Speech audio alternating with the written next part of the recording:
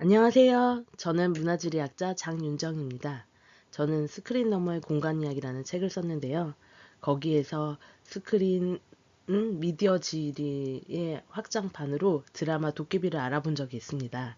거기에는 국내 촬영지만의 연관성을 찾고자 혹시 둘레길을 처럼 걸을 수 있는 근거리 내에서 촬영을 하지 않았을까라는 질문으로 글을 썼었는데요. 이번에는 더 나아가 해외 촬영지 퀘벡의 빨간 문이 어떤 의미를 갖고 있을까에 관한 내용을 얘기해 보고자 합니다. 그러면 어느 순간 가을이 되면 문득 드라마 도깨비가 보고 싶고 도깨비 속 퀘벡에 가고 싶다는 생각하시지 않으신가요?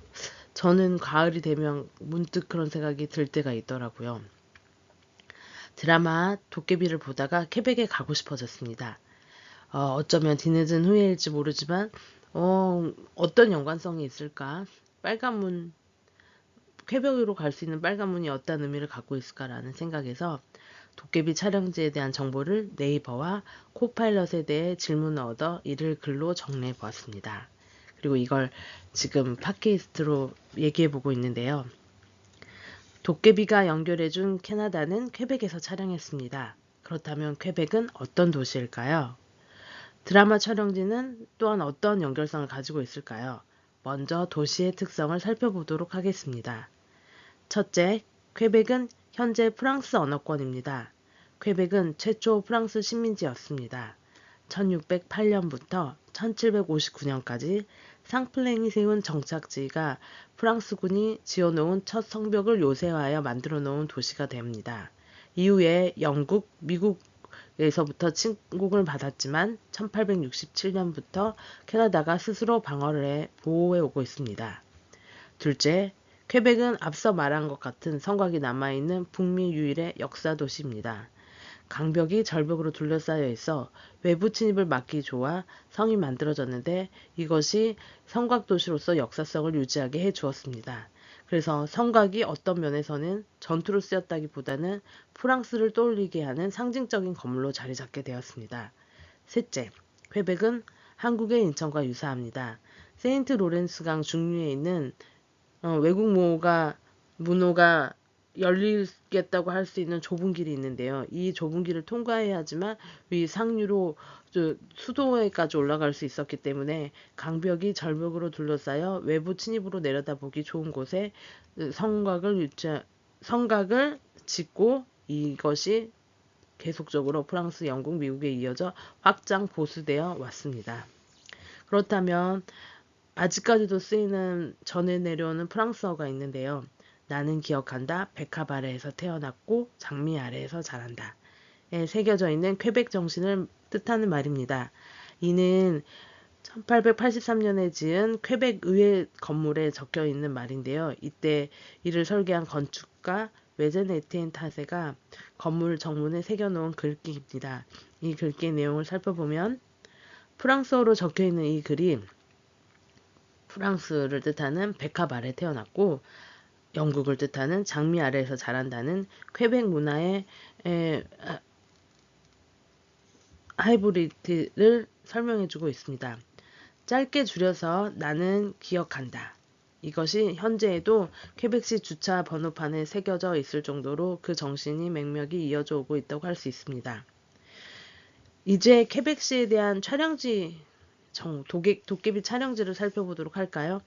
도깨비 촬영지는 국내 촬영지 강릉, 인천, 서울과 교차 편집되어 남녀 주인공의 엇갈리는 상황, 나중에는 서로의 만남을 굳건히 여기는 장면까지 이어지게 되는데요. 맨 처음 장면을 떠올려 보면 첫 회에 나오는데 다만 상플랭 거리에 있는 빨간 문이 덕성여대 쌍문 캠퍼스 도서관과 이어져 있음을 알 수 있습니다. 어떻게 쌍문동을 설명해야 할까 지명에 대한 걸 찾아보다가 여러 가지 설 중에 하나가 있었는데요. 창동에 있는 열라문이 두 개가 있다고 해서 쌍문으로 알려지게 되었다라는 것이 좀 지은탁의 상황과 연결되지 않나. 김고은이 맡은 역할 지은탁은 빨간 문을 열고 첫 회에 나와서 도깨비 신부가 될래요 그러면서 공유인 김신에게 말을 걸게 되는데요. 그것이 쌍문 캠퍼스의 인사와 같은 쌍문동의 인사 같은 것이 연결되지 않았나 싶습니다. 그리고 문을 열고 들어선 곳은 뿌띠 상플랭 거리로 퀘벡을 설립한 프랑스 탐험가 사무엘 드 상플랭에서 따온 것입니다. 결국 그곳은 올드 퀘벡으로 가장 오래된 구시가지로 최초 프랑스 정착민이 거주했던 곳이 되는 거죠. 그러면 이후에도 빨간문이 여러 번 나오게 되는데 그 빨간문들은 어떻게 연결되어 있을까요? 퀘벡의 어떤 석조문을 위에서 통과했는데 바로 광화문이 나온다거나, 한국에서 달리던 차를 열면 퀘벡시로 도착하게 된다거나 와 같이 점점 서로 간의 거리가 좁혀져 가게 됨을 빨간문을 보여주지 않고도 묘사해 주다가 어느 순간 집문을 열었는데 갑자기 빨간문이 열리면서 집에서 바로 퀘벡으로 연결되는 장면을 보여주는데요.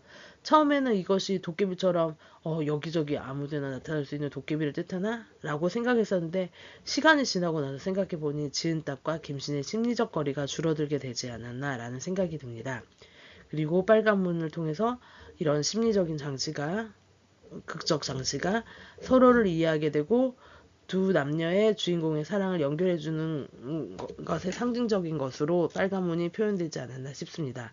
결국 마지막 회에서도 서로 사랑을 느끼고 빨간문 자체도 보이지 않은 채 퀘벡으로 이동하여서 퀘벡의 마지막 언덕 테라스 생드니에서 마지막을 장식하게 됩니다. 여러분은 어떻게 받아들이셨는지 모르겠지만 제가 다시 살펴본 도깨비 해례 촬영지 퀘벡의 빨간문은 이렇습니다. 궁금하네요. 어떻게 생각하셨는지 댓글로 남겨주세요. 감사합니다.